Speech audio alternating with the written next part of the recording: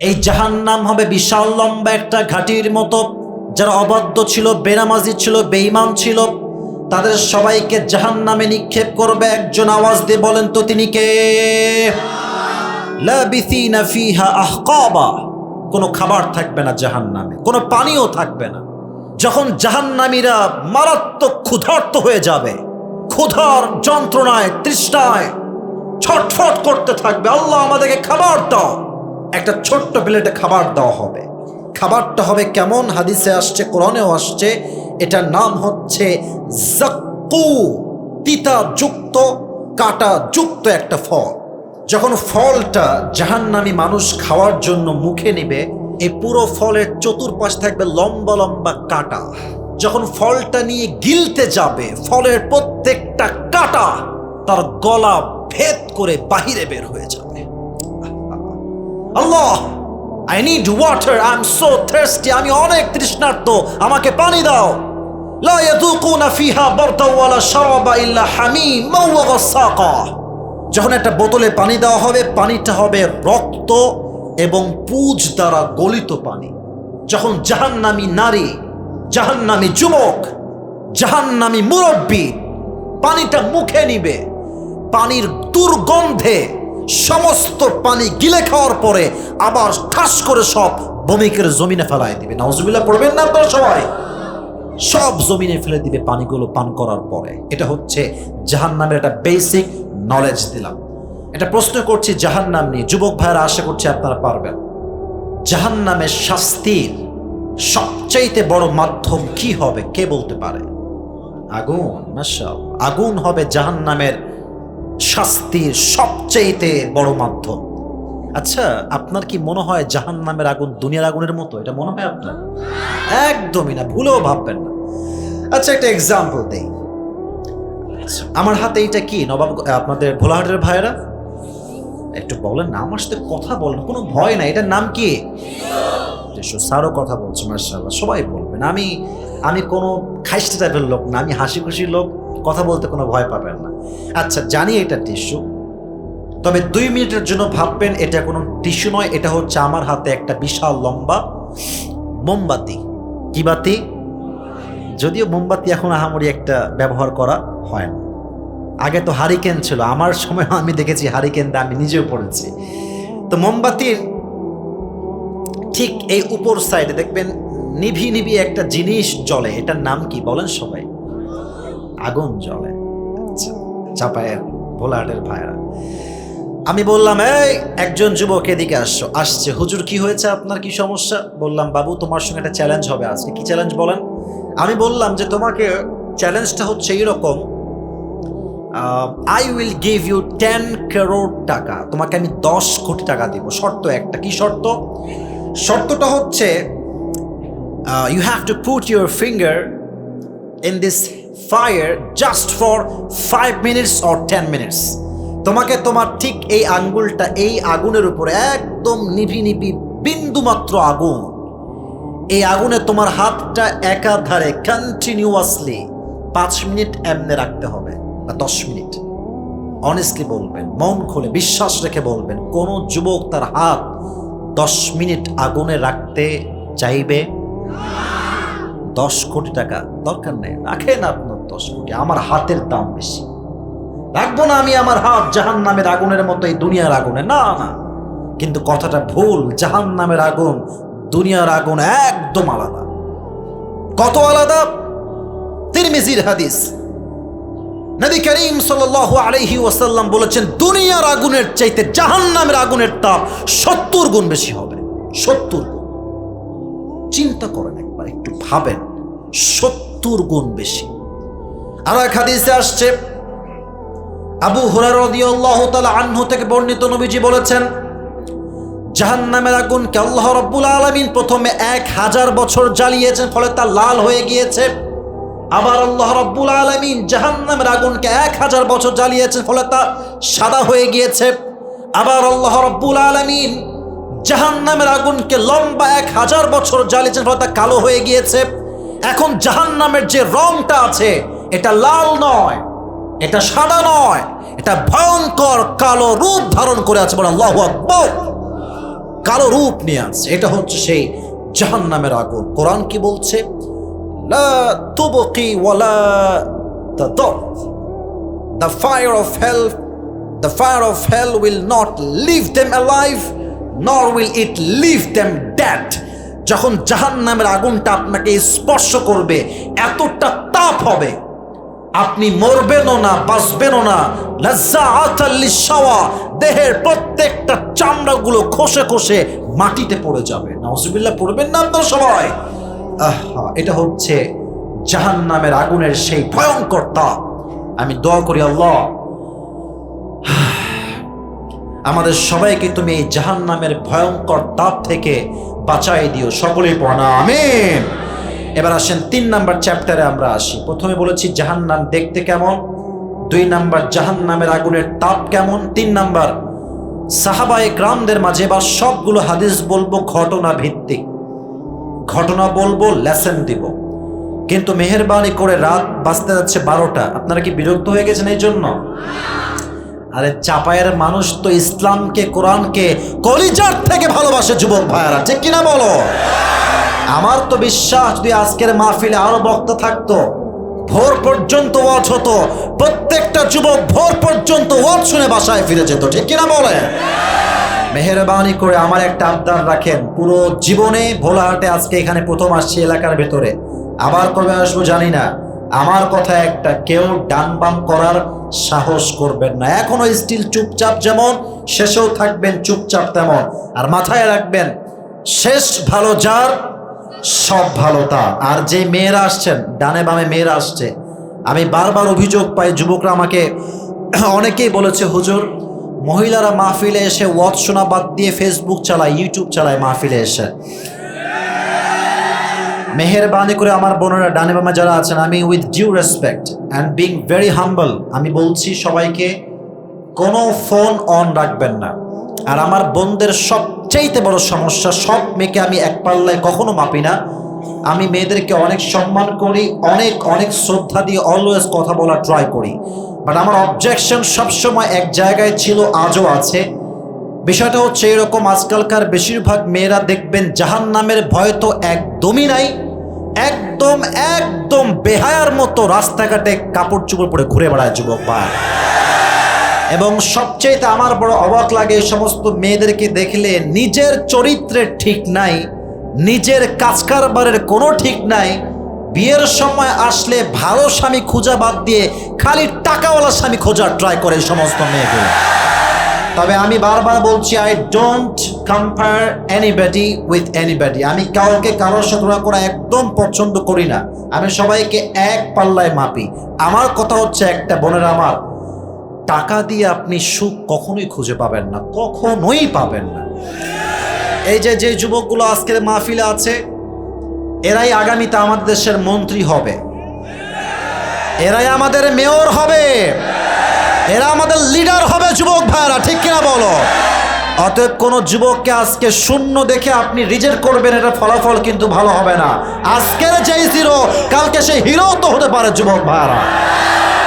এই জন্য মেয়েদেরকে বলছি, জাহান্নামকে ভয় করার পাশাপাশি মেহেরবানি করে মেয়ের বাবা যারা আছেন, অনেক মুরব্বী আছেন, আমার বামে আমার ডানে অনেকে আছেন, আমি আপনাদের পায়ে হাত রেখে বলছি, যদি জেনাকে কমাইতে চান, সমাজকে যদি আপনি জেনা মুক্ত করতে চান, নিজের মেয়ের বিয়ে দেওয়ার সময় সরকারি চাকরিজীবী নয়, চরিত্রবান যুবক, নামাজি যুবককে আপনাকে খুঁজে বের করতে হবে।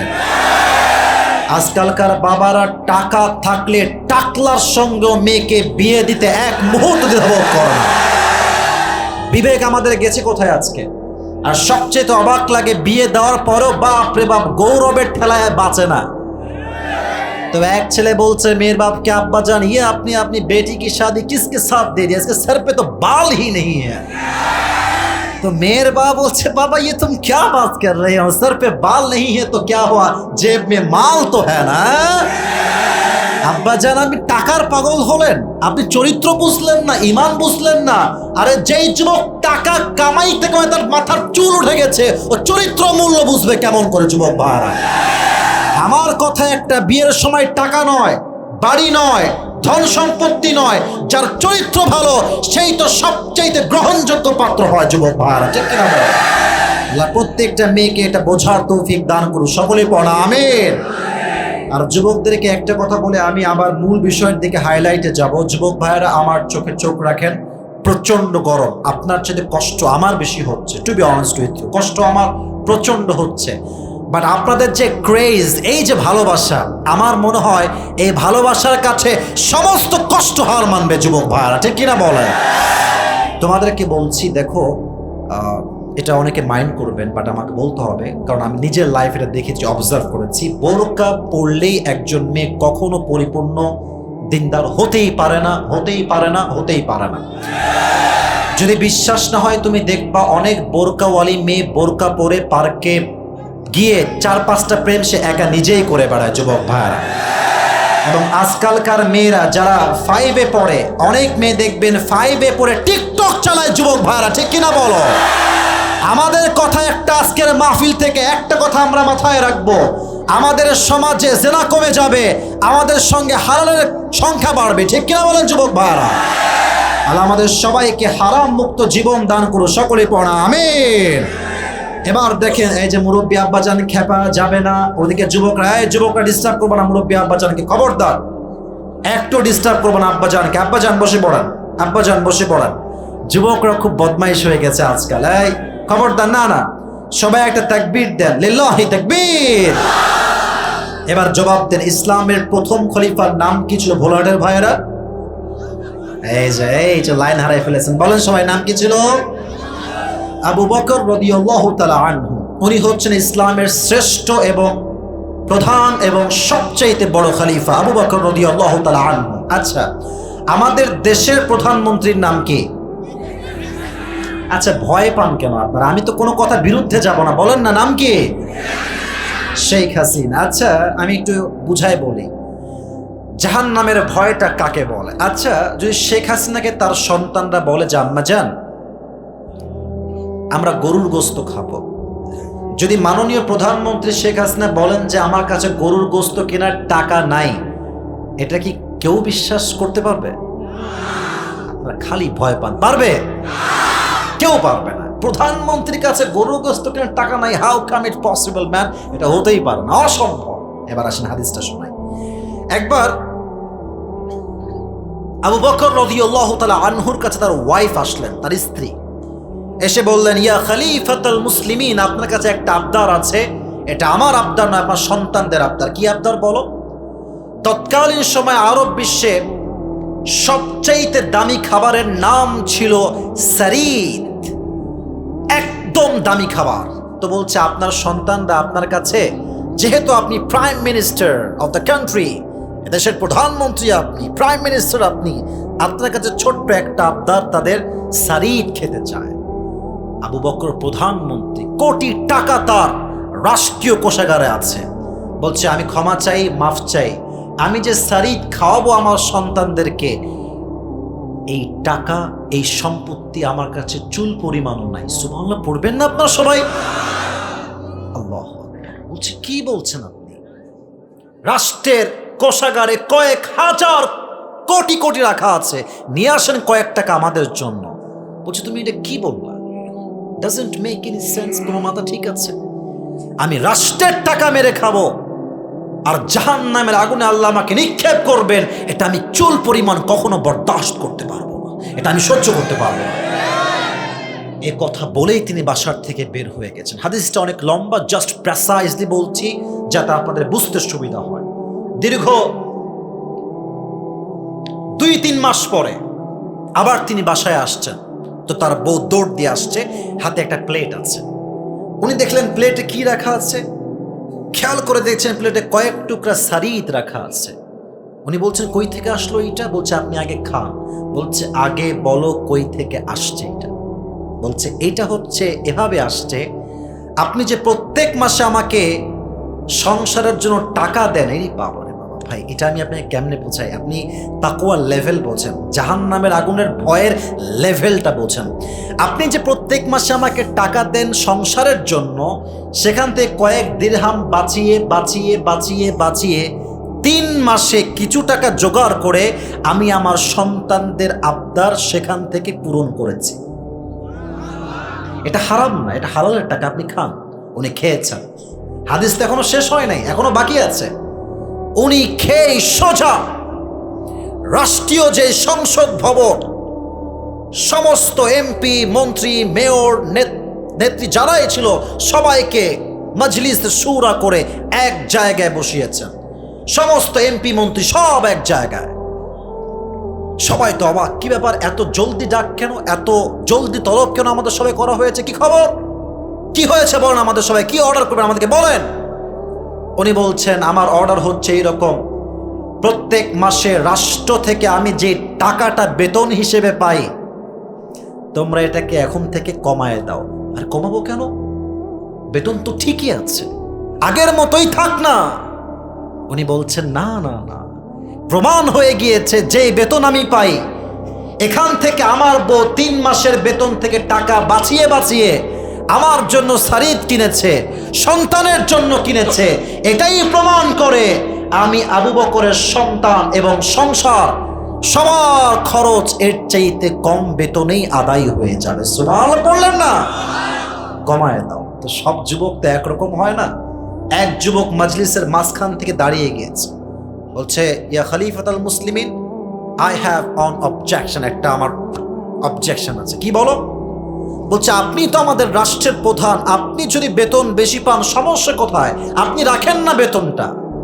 উনি বলছেন, আমি বেতন রাখবো বেশি, আর আল্লাহ আমাকে জাহান্নামের আগুনে নিক্ষেপ করবে, আমার জন্য জাহান্নামের আগুনের ফয়সালা হবে, এটা আমি আবু বকর এক মুহূর্তের জন্য চুল পরিমাণ বরদাস্ত করতে পারবো না। সুবহানাল্লাহ, কোথায় আপনাদের যুবক ভাইরা? এই জন্য এটা হচ্ছে জাহান্নামের আগুনের ভয়। এটা আমাদের নেতাদের মাঝে নাই, মন্ত্রীর মাঝে নাই, মেয়রদের মাঝে নাই। সবাইকে আমি এক পাল্লায় মাপছি না। আপনি দেখবেন অনেক সময় রাস্তা বানাবার জন্য সরকার টাকা দেয়, যেখানে লাগবে সিমেন্ট ওখানে দেয় বেশি বেশি বালু। আর অনেক সময় দেখবেন এমন ভাবে বাড়ি বানায়, যেখানে লাগবে রড সেখানে দেয় বাঁশ। এই আমি কি কথা মিথ্যা টিথ্যা বলছি নাকি? আপনারা বলেন, আমাকে বলেন বলেন বলেন। এরকম আছে না, আছে না, আছে না, আছে না? কারণ একটা জাহান্নামের আগুনের ভয় নাই যুবক ভাইরা, ঠিক কিনা বলো? একটা ছোট্ট কথা বলতে মন চাচ্ছে, মনে পড়ে গেছে, বলবো আপনাদের সবাইকে। আচ্ছা, আপনারা সবাই একজন আমাদের হুজুর আছেন, উত্তরবঙ্গে ওনার বাসা, বগুড়ায় মেবি বাসা, বজলুর রশিদ হুজুর, নাম শুনছেন? মুরব্বী হুজুর, দেখবেন দাড়ি লাল। মুরব্বীরা আমাদের খুব ভালো চিনবেন, এদিকে হয়তো আসে, তাই না? আচ্ছা, পাশে হয়তো আসছিল। আচ্ছা, ওনার একটা আমি ওয়াজ ইউটিউবে শুনছিলাম, জাস্ট মনে পড়লো তাই বোঝাচ্ছি। আমার স্যার পাশে আছেন, রাগ করবেন না, আমি কাউকে আঘাত করার জন্য বলছি না, সমাজের বাস্তব চিত্র বলছি। উনি কোথাও মাহফিলে গেছেন, আমি জাস্ট বোঝাবার সাথে ঘটনাটা বলছি। মাহফিলের মনে করেন যে প্রায় রাত 12টা বেজে গেছে, ওয়াজটা জমে ক্ষীর, মানে মানুষ খুব মনোযোগ দিয়ে ওয়াজ শুনছে। তো হঠাৎ করে নেতা সাহেব আসছে, একদম স্লোগান, নেতা সাহেবের আগমন, শুভেচ্ছা, স্বাগতম। নেতা সাহেবের চরিত্র ফুলের মতো পবিত্র, স্লোগান দিয়ে মাহফিলের পরিবেশ অবস্থা খারাপ। আচ্ছা, গেল। তো নেতা সাহেব এসে হ্যান্ড মাইক নিয়েছে আর কি, হুজুরের ডান পাশে হ্যান্ড মাইক নিয়ে খালি একটা কথা, ভাইরা আমার, नमाज नमाज नमाज। হুজুর বলছি, यार ये मैं कहाँ गया, तो कन्फर्म जन्नत से भाग के आई है यार। এত ভালো নেতা, নামাজ নামাজ নামাজ। তো দেখবেন নেতা একা থাকে না, নেতা কিন্তু চামচাও কিন্তু সাথে থাকে, থাকে না, থাকে না, থাকে না? তো নেতা সাহেব ডান দিকে আছেন। সব নেতা কিন্তু একরকম না, আমি বারবার বলছি। এমন নেতা আমাদের বাংলাদেশে আছে যা চরিত্রবান নেতা, যুবক ভাইরা, ঠিক কিনা বলো? তো হুজুর দেখছে, মাশাআল্লাহ, বক্তব্যের মাঝে কথা ছাড়াই খালি নামাজ আর নামাজ। তো যখন নেতা সাহেব নেমে গেছে ডান পাশ দিয়ে, তখন বামে একজন ছেলে, ওর চামচা দাঁড়ায় ছিল, তো ও নেমে গেছে। হুজুর ওর হাত ধরছে, এই বাপরে, তুমি তো ভালোই লোক রে, ভালোই তো নামাজ পড়ে।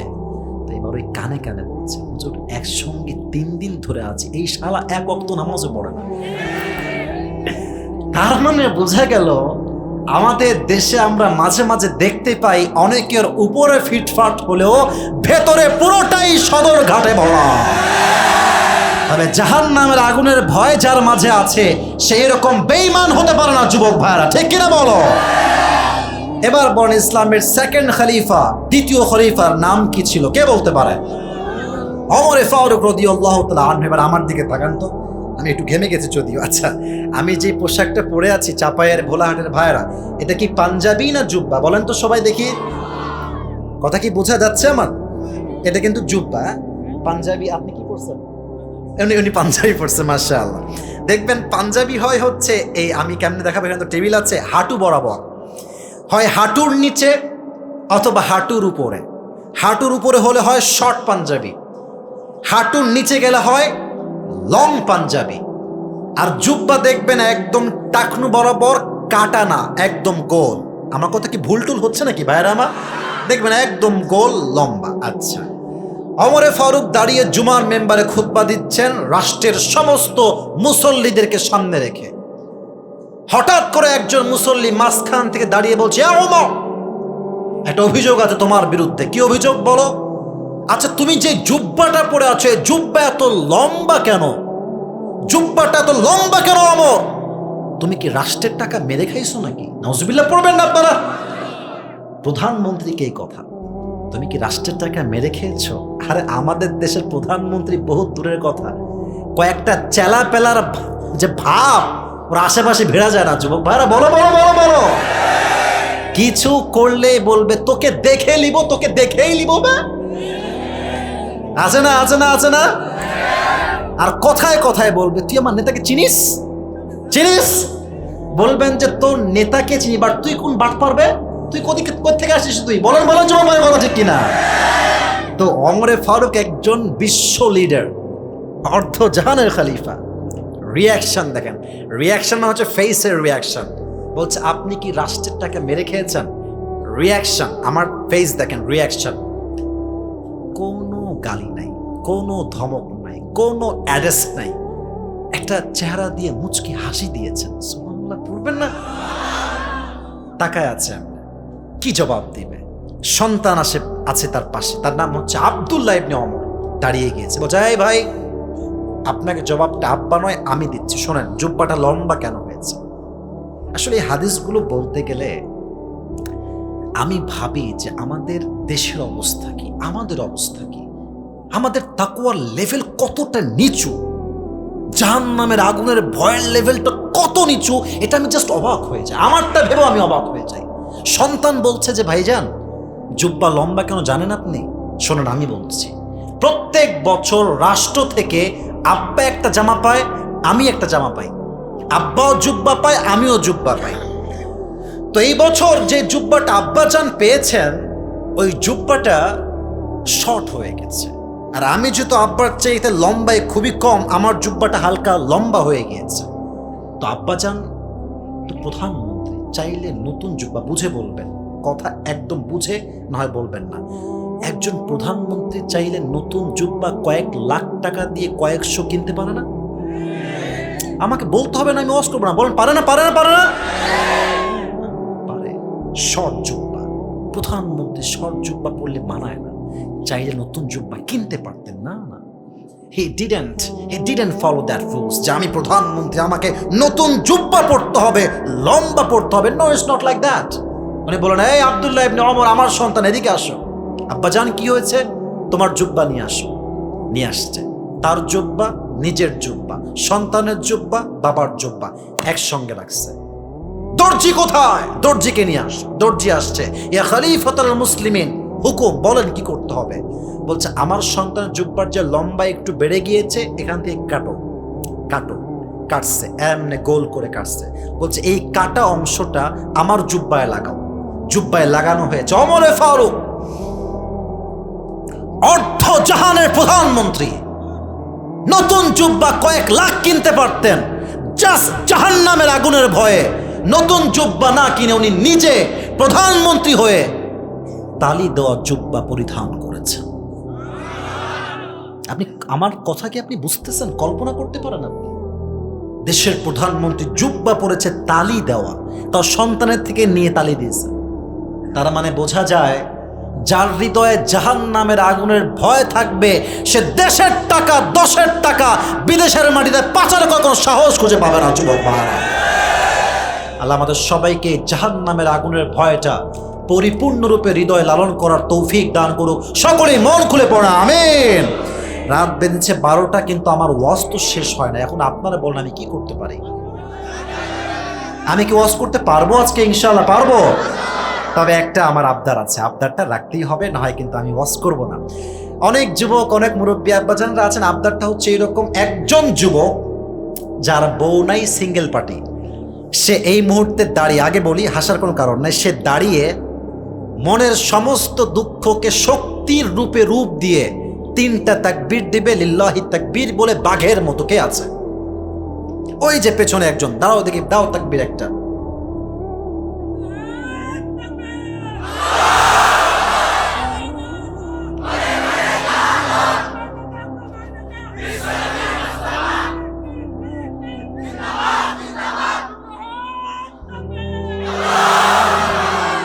তোমার বউ কনফার্ম গো, বসে পড়ো।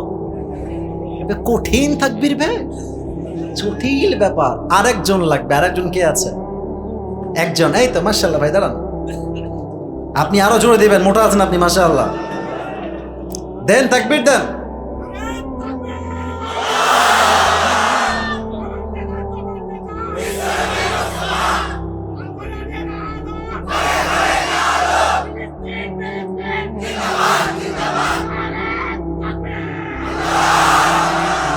গলার রক ছেড়ে গেছে রে, বসে পড়ার। সবাই একটা কাশি দেন।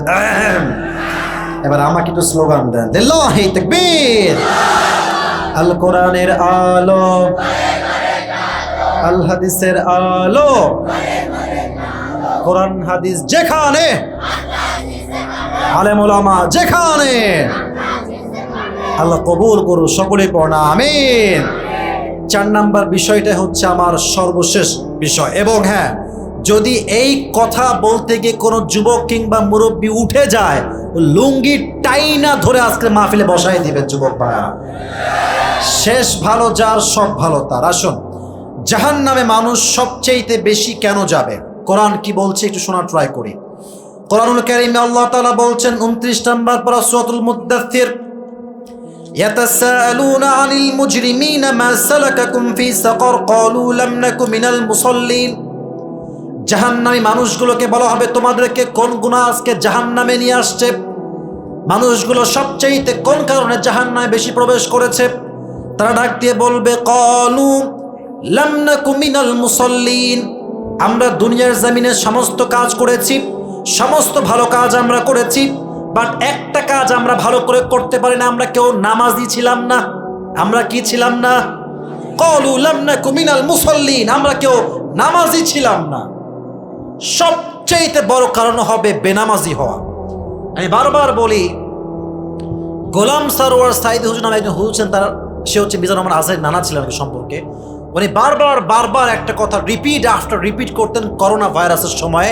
অনেকে হয়তো কথা শুনেছেন ফেসবুকে বা অনলাইনে। উনি বারবার বলতেন, যুবক ভাইরা আমার সঙ্গে একমত, তোমরা ঠিক বলবা নয় চুপ থাকবা। উনি বারবার বলতেন, নামাজ নাই যার, ঈমান নাই তার। নামাজ নাই যার, মুসলিম হিসেবে পরিচয় দেওয়ার কোনো অধিকার তার নাই। যুবক ভাইরা ঠিক কিনা বলেন? এই নামাজ কত দামি আমি কয়েকটা হাদিস বলার ট্রাই করছি, একদম অথেন্টিক হাদিস। হাদিসে আসছে, একবার ওমরে ফারুক রাদিয়াল্লাহু, এটা একটু মারাত্মক স্টোরি, এটা আমি প্রায় বলি বোঝাবার স্বার্থে। What is the importance of সালাহ, নামাজের গুরুত্ব বোঝাবার স্বার্থে এটাই আমার শেষ অংশ ওয়াজের। এসে বলছে ওমর, একজন আগুনের উপাসক বলছে, ওমর তোমার কাছে একটা অভিযোগ নিয়ে আসছে। কি অভিযোগ বলো?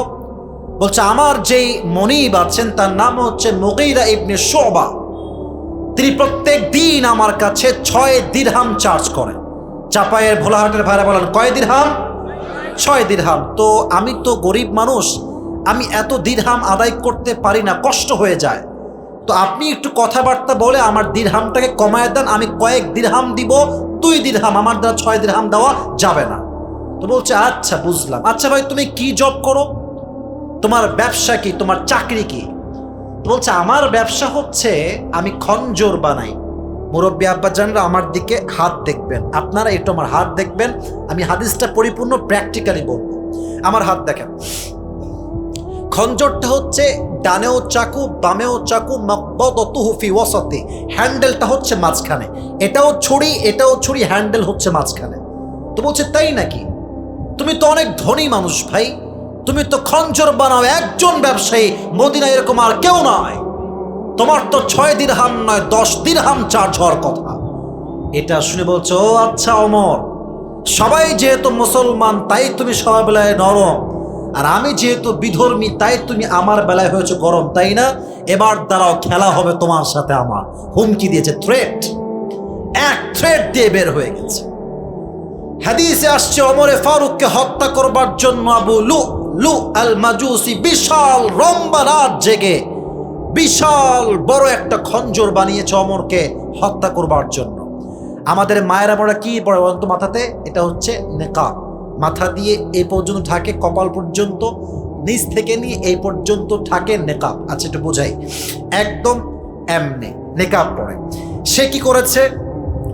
যেহেতু সে একজন মুনাফিক, ছদ্মবেশ তাকে ধরতে হবে। মুরব্বীরা, যুবকেরা, লাস্ট হাদিস মনোযোগ দিয়ে শুনবেন, একদম ডান বাম করার সাহস করবেন না। লম্বা একটা চাদর নিয়েছে, চাদর নিয়ে এমনি ঝুলাইছে। এই পাশ তো এমনি, এই যে এখানে চাদরের এই পাশে হচ্ছে চাকুটা, বিশাল লম্বা ছুরি ঢেকে রেখেছে। চাদরের ডান পাশটা এমনি তুলে একদম এই পর্যন্ত দিয়েছে, মানে এই পুরোটা ঢাকা, বোরকার নেকাবের মতো, হিজাবের মতো। আর এই পাশ থেকে নিয়ে চাদরটা উঠিয়ে ওমরকে হত্যা করবার জন্য জাস্ট ছদ্মবেশ ধরতে এই পর্যন্ত নিয়ে চাদরটা একদম এই পাশ দিয়ে নাক ঢাকা, এই পাশ দিয়ে কপাল পর্যন্ত, ভ্রু পর্যন্ত, পুরো ফেসটাই ঢাকা। মুনাফিকের রূপে ছদ্মবেশে ফজরের নামাজ পড়তে আসছে ওমরের পেছনে। ওমরে ফারুক মসজিদে প্রবেশ করেই বলছেন, সুফুফাকুম, কাতার সোজা করো, কাঁধে কাঁধ মিলিয়ে দাঁড়াও, আল্লাহু আকবার। নামাজ শুরু হয়ে গেছে। এবার সবাই আমার পেটের দিকে দেখবেন, যুবক ভাইয়ারা, মুরব্বী আব্বাজান, মায়েরা যদি পজিটিভ থাকে আমাকে জাস্ট চেহারা না দেখে আমার পেট দেখবেন, যেন আমি হাদিসটা প্র্যাকটিক্যালি বোঝাতে সক্ষম হই। উনি সানা পড়েছেন, সূরা ফাতিহা পড়েছেন, কিরাত পড়েছেন, আল্লাহু আকবার দিয়ে রুকুতে গিয়েছেন, 1 রাকাত পড়ে আবার উঠেছেন, আবার হাত বেঁধে সূরা ফাতিহা পড়েছেন, কিরাত পড়েছেন। এবার সেকেন্ড রাকাতে যখন তিনি আল্লাহু আকবার দিয়ে রুকুতে যাবেন, তার পেট, পিঠ, মাথা ঝুঁকে গিয়েছে, এমন থেকে ঝুঁকে গেছে। তো ঠিক যখন তিনি রুকুতে গিয়েছেন, in the meantime, same time, পেছনের ঠিক ডান দিক থেকে আবু লু আল মাজুসি তার চাদরটাকে 2 হাত দিয়ে ধরে এমনি উড়িয়ে দিয়েছে, আর তার বিশাল লম্বা খঞ্জর বের করে, খঞ্জরটা দেখেন, এটাও চাকু, এটাও চাকু। এবার পেট দেখেন, পেট, সবাই প্লিজ পেট দেখেন। এটা এখান থেকে ধরে ওমরের পেটের ডান দিক থেকে শুরু করে এমনি ধরে একটা সোজা কোপ দিয়েছে, আবার দিয়েছে, 3টা এমন জোরে কোপ দিয়েছে খঞ্জর দিয়ে। হাদিসে আসছে 2 পেট কেটে 2 ভাগ হয়ে গেছে, আর পেটের ভেতরে নাড়ি ভুড়ি যা ছিল সবগুলো বের হয়ে জমিনে পড়ে গেছে। আর ওমরে ফারুক নামাজের মাঝে চিৎকার দিয়ে বলছে, কাতালানিয়াল কালব, কাতালানিয়াল কালব, আমাকে একটা কুকুর হত্যা করেছে, আমাকে বাঁচাও। অজ্ঞান হয়ে পড়ে গেছে। কিন্তু অবাক করা বিষয়, 2-1 সাহাবী বাদ দিয়ে কোনো সাহাবী নামাজ বাদ দেয় না। সুবহানাল্লাহ পড়বেন না আপনারা সবাই? 2-1 সাহাবী খুব দৌড় দিয়ে ওনাকে তুলে সাইডে নিয়ে গেছে, আর একজন ইমাম এসে নামাজ পড়িয়েছে। নামাজ যখন শেষ, সব সাহাবী নামাজ পড়ে, ওমরে ফারুক, ইয়া আমিরুল মুসলিমিন, আর ইউ ওকে, আপনি ঠিক আছেন? কোনো কথা নাই, সেন্সলেস, চোখ বন্ধ। 2 ভুঁড়ি দিয়ে, এই পেট দিয়ে রক্ত গলগল গলগল করে বের হচ্ছে। সাহাবা একরাম খুব দ্রুত মদিনার সব ডাক্তারকে নিয়ে আসছে, যত স্পেশালিস্ট আছে, যত ডাক্তার আছে, সব আসছে, ওমরকে বাঁচাও। তারা এসে সোজা ওমরের ঘাড় এই সাইডটা ধরে শুয়েছিল, ওমর এমনি হালকা উঠিয়েছে, পানির একটা পেয়ালা নিয়েছে, পাত্র নিয়েছে, তার 2 ঠোঁট এমনি হা করে কয়েক ফোঁটা পানি দিয়েছে, কয়েক ঢোক পানি দিয়েছে। ইস, পানিগুলো ঢুকে গলা দিয়ে নেমে, বুক দিয়ে নেমে, পেট 2 পাশে পুরোটা কাটা, পানিগুলো এই পাট দিয়ে ঢুকছে, পানিগুলো পেটের এই পাশ দিয়ে সব গলগল গলগল করে বাহিরে বের হয়ে যাচ্ছে, পানি থাকছে না। তারা বলল, যাও দুধ নিয়ে আসো ওমরের জন্য। দুধ অনেক গাঢ় জিনিস, এটা সহজে পেট থেকে বের হবে না। নিয়ে আসছে দুধ ওমরের জন্য, গাঢ় দুধ।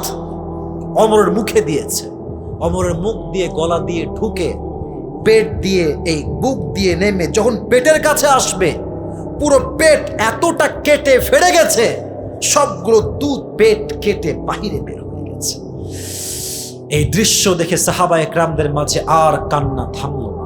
সাহাবা একরাম কাঁদছে, ডাক্তাররা সবাই কাঁদছে, যে আমাদের কাছে করার মতো আর কিছুই নাই, we have nothing to do about it, কিচ্ছু নাই, আমাদের সব চেষ্টা শেষ, এবার আল্লাহর ফয়সালা। হঠাৎ করে ওমরে ফারুক তার চোখ খুলেছে হালকা করে।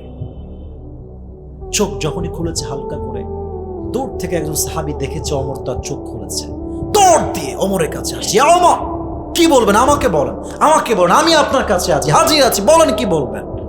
তো ওমরে ফারুক কোনো কথা বলছেন না, একদম চুপচাপ। উনি জাস্ট ইশারায় ইঙ্গিতে বললেন যে, মানে হচ্ছে তোমার কানটা আমার মুখের কাছে নিয়ে আসো। সে দৌড় দিয়ে এসে তার কানটা ওমরের মুখের কাছে নিয়ে আসছে। কি বলে? সে ভাবছে হয়তোবা বলবে, আমার সম্পত্তি দেখে রেখো, আমার রাষ্ট্র দেখে রেখো, আমার সন্তানদেরকে দেখে রেখো। কিচ্ছু না। যখন তিনি কান বাড়িয়েছেন শোনার জন্য, কি বলে?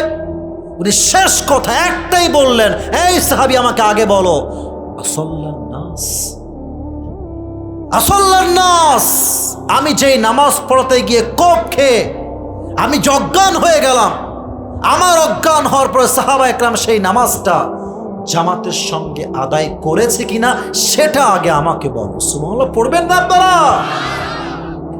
নামাজ পেটের দুই ভাগ হয়ে গেছে, নাড়ি ভুড়ি সব বাহিরে পড়ে আছে। ওই মানুষটা জীবনের শেষ মুহূর্তে নামাজকে ভুলে নাই ভাইজান।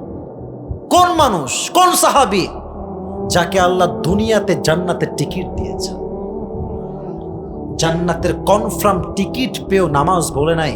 আর আজকালকার যুবকেরা আজান হচ্ছে মসজিদে, রাস্তার মোড়ে মোড়ে দাঁড়িয়ে দাঁড়িয়ে যুবকটা পাবজি এবং ফ্রি ফায়ার খেলছে। কথা আপনার আসতে বললেন কেন? জোরে বলুন, কথা ঠিক আছে না যুবক ভাইরা আমার? আজান হচ্ছে মসজিদে, মেয়েটা বাজারে গিয়ে উল্টা পাল্টা পোশাক পরে বেহার মতো শপিং করে বেড়াচ্ছে যুবক ভাইরা। আজান হচ্ছে মসজিদে, বাড়ির ভেতরে মেয়েগুলো বসে বসে স্টার জলসা এবং হিন্দি গান শুনে বেড়াচ্ছে যুবক ভাইরা। এই জন্য মাথায় রাখবেন, নামাজ হচ্ছে মুসলমানের জীবনের সবচাইতে বড় পরিচয়। আর জাহান্নামে যাওয়ার সবচাইতে বড় কারণের মাঝে বড় কারণটাই হচ্ছে বেনামাজি হওয়া। ঠিক কিনা বলেন যুবক ভাইরা?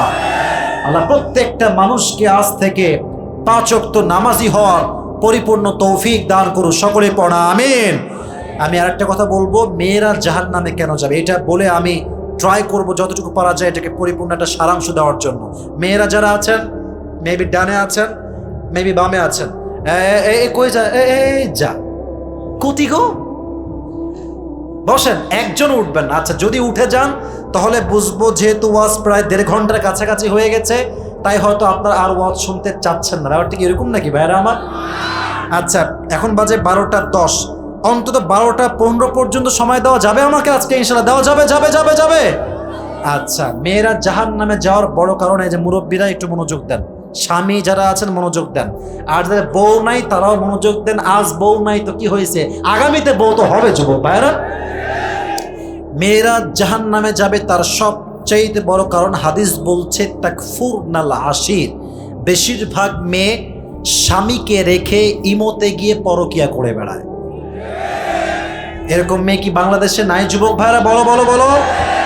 স্বামী আছে বিদেশে, রক্ত পানি করে টাকা কামাই করে তার বউয়ের জন্য, সন্তানের জন্য, আর মেয়েটা দেশের মাটিতে বসে স্বামীর সঙ্গে বেইমানি করে পরপুরুষের সঙ্গে পরকিয়া করে বেড়ায় যুবক ভাইরা। এবং এই পরকিয়ার জন্য শুধু স্বামী নষ্ট হয় না, একজন সুন্দর ফুটফুটে সন্তানের ভবিষ্যৎ নষ্ট হয়ে যায় যুবক ভাইরা। ঠিক কিনা বলো? তাকফুরনাল আশির, স্বামীর অবাধ্য হওয়ার কারণে। 2, বেশিরভাগ মেয়েরা জাহান্নামে যাবে চরিত্র নষ্ট হওয়ার কারণে। সবার চরিত্র নষ্ট ব্যাপারটা এরকম নয়, কাউকে খারাপ বলার কোনো অধিকার আমার নাই, কারণ আমি নিজেই একজন খারাপ মানুষ। তবে হ্যাঁ, হাদিস যা বলছে আমাকে এটা বলতে হবে। আপনি খেয়াল করুন, আজকালকার মেয়েদের মাঝে একসঙ্গে 3-4টা বয়ফ্রেন্ড রাখা এটা ট্রেডিশন হয়ে গেছে, মডেল এইটা।